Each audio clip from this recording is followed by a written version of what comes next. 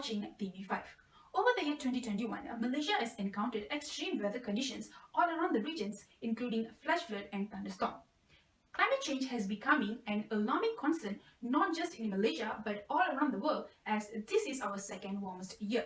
To hear more about this climate issue, we have Mr. Arif, Ms. Reshna and Ms. Divya from Centre for Environment, Technology and Development Malaysia set them to shed more light on this topic. Ms. Divya, we are very glad to have you with us today. Good morning, Miss Aishwarya. It's good to be here. Ms. Divya, what do you think was the root cause of problem of extreme climate changes happening in Malaysia? It's simple. Carbon emission. Too much of carbon emission in the air has heated up the planet, causing the temperature to rise significantly. No wonder we are having frequent heat waves. Why is that so? Well, if you look into Malaysia, fossil fuel is heavily used for energy input in power station, where it is used to produce heat, electricity and power for various purposes. The larger the energy is needed, the larger the amount of fossil fuel burn, causing higher rate of carbon emission. Is there any way we could deal with this issue? Maybe Mr. Arif could shed some light?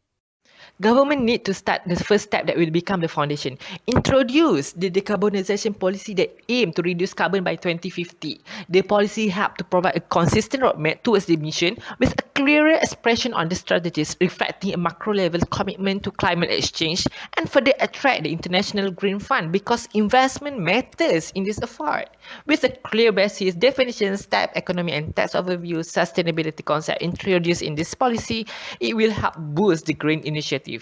Why government first? Best example because when digital economy policies was being introduced, then the technology startups spring up like mushroom in Malaysia. What are the action plan under this policy? Looking at the current situation and how critical it is, carbon emission will be a great focal point to massively reduce carbon. It is understood that power generation industries like TNB uses thermal energy from combustion of fossil fuels. In fact, a great alternative that I would personally suggest is using heat waste by installing heat recovery systems that captures heat waste from industrial processes. It is indeed a much better alternative of thermal energy to generate electricity, and it will massively reduce the scale of fossil combustion in a shorter time frame, which is in line with the policy suggested by Mr. Arif on decarbonisation. Where will the heat waste be obtained from, and has there been any initiative as mentioned by you? A great example will be cement production industries, ceramics and so on. Yes, a cement production company has collaborated recently with TNB to supply heat waste. Hence, I do believe implementing a policy as suggested by Mr. Arif will be influential and highly encouraging to get more companies and industries on board. However, a short-term action alone will not be enough to reach the objective rooted from the policy. Larger initiatives with bigger impacts in the long run should be considered as well. I do agree with Ms. Reshna on formulating a long-term initiative to drive the policy. The focus in long-term should be attaining net carbon zero, which can be done using carbon capture and storage (CSS) technologies. The process of capturing carbon dioxide in the air and storing it greatly reduces carbon emission. However, Malaysia is still at the early development stage to embrace CSS. Many people are quite unaware of what is CSS actually. So I believe that once awareness is reinstated, people will be more willing to be involved in such initiative, speeding up the process.